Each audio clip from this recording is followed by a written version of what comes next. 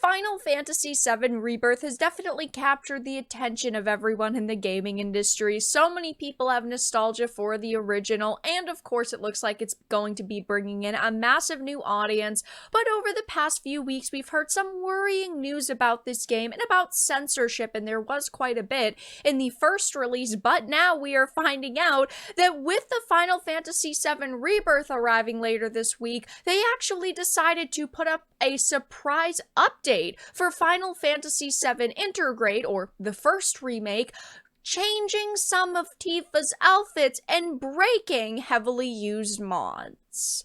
I have a few things to show off, but before we get into the topic, if you enjoy the content I create, check out the links in the description, follow me on social media, and consider supporting through Patreon or through YouTube memberships. Now, over the weeks and months, I've had to talk a lot about Square Enix and specifically their ethics department because, of course, years ago we found out that they had an internal ethics department that was censoring the game as time went on. They, of course, decided to reduce Tifa's chest size. They added the black fabric underneath her sports top. They just decided to make a lot of changes to the female characters and some of the dialogue in the game in order to, appeal to modern audiences, which of course did not sit well with fans, did not sit well with consumers. And of course, with Rebirth, a lot of people were hoping that they were actually going to listen to fan feedback. And several weeks ago, we found out that they magically removed the ethics department page from their website. The Japanese Square Enix has shut down this part of their website, which shows one of the Japanese members of their ethical department bragging about censorship, and people were rejoicing, thinking that maybe this game was going to be untouched. But then people noticed on Sweet Baby Inc.'s webpage, it does say one of their partners is Square Enix. So they have worked with Square Enix in some way, shape, or form at some point. And of course, we do know that Square Enix has had an internal ethics department in the past, but now we are finding out that a game that is 4 years old has now been censored because they have decided to change Tifa's cowgirl outfit. This is a post from Political Awake. Gamers, woo, Tifa and Aerith are in bikini. Square Enix is back, baby. I personally did not buy the bathing suit situation. While they do look fantastic in those swimsuits, and it gave me a little bit of hope, there's still a lot of red flags surrounding this game, and sometimes red flags can turn out to be nothing, which is why I was definitely optimistic, but there's just a pile of problems with this game already. But now they have released a censorship patch for Final Fantasy VII Intergrade, and as you can see on the left is the original Tifa, right here, where, she's got some cleavage. It's definitely not the most risque outfit we have ever seen on a fictional female character in a video game, but there's absolutely no reason to cover this up unless you're trying to appeal to the fictitious modern Sweet Baby Inc. audience. And on top of that, it doesn't even look as good, and this is such a major problem when it comes to video games and how, yes, we are headed towards an all-digital future. It is inevitable, and this is why I have a problem with it. And of course, there are already people out there saying, I don't really care, it doesn't really matter. It's not that big of a deal, and I completely disagree. I did make a post about this, talking about how, disappointed I was, and how there are a lot of people who over the past couple of weeks have said things like sometimes companies change and maybe Square Enix listens to fans now, and I personally never believed that, and there have been responses. Like Lofty Pixel said, LOL, come on, they added a shirt to match the Rebirth design, and she's 15 here, relax, but it's never that simple.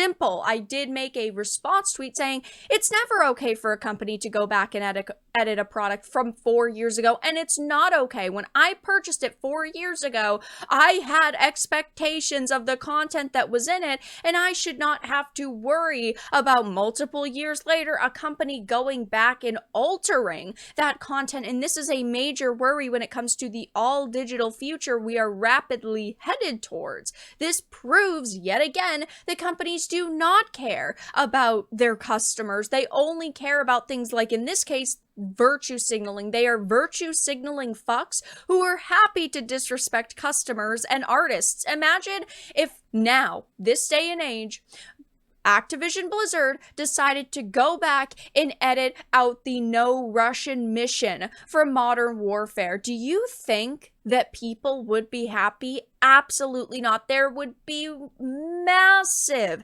backlash, massive outrage, and they would face boycotts over it. And that was a mission that faced tons of backlash years ago when it initially released, with the first Modern Warfare 2 launch. Imagine if they did that. People would be unhappy. It is disgusting that a company has edited a product when people can no longer refund it if they disagree with the changes, and they should open up refunds for people who are upset. But of course, they're not going to do that because they already got your money and they expect you to just shut up and consume product and move on to the next.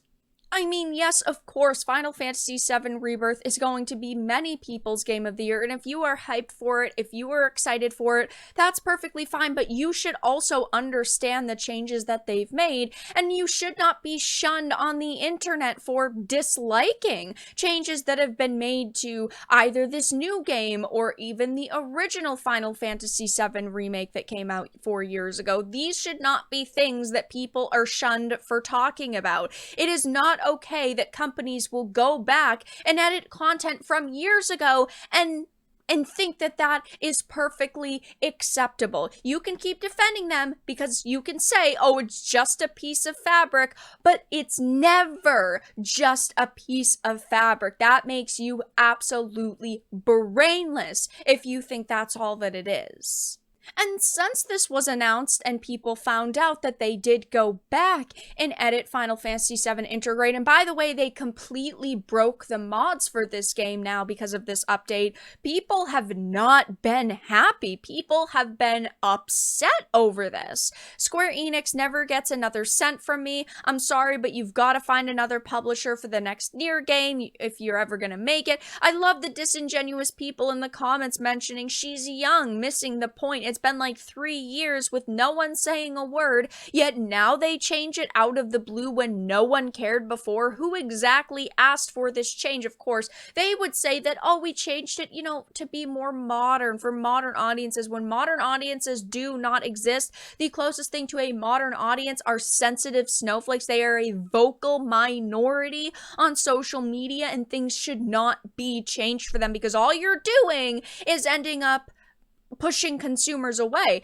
They should do what they did with Bayonetta 3 and add in a censorship mode, which basically just covers the female characters up a tiny bit more, and also, censors, the risque parts of the game, like where Bayonetta is clearly nude, but all of the, effects are around her. They definitely should add something like that if they're so worried, because then it's the best of both worlds, right? People that don't want to see a lot of cleavage or panty shots can just use that simple mode, and the people who want to play the game in its original form, the way the developers originally intended it, can consume the product and not have to worry about outfits being censored or, the more risque scenes being censored. It's just such a disappointing situation to see them not only alter some things with the Final Fantasy VII Rebirth that's coming out, but also go back to a 4-year-old game and edit it. This just highlights the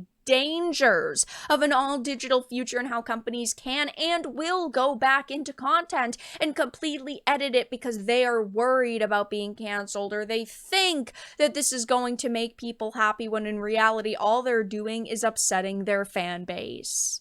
But that's all that I really had to discuss in this video. Let everyone know your thoughts in the comment section down below. If you enjoyed this, give it a like, and if you didn't, give it a dislike. I appreciate your support either way, but I will talk to you all again in the next video really soon.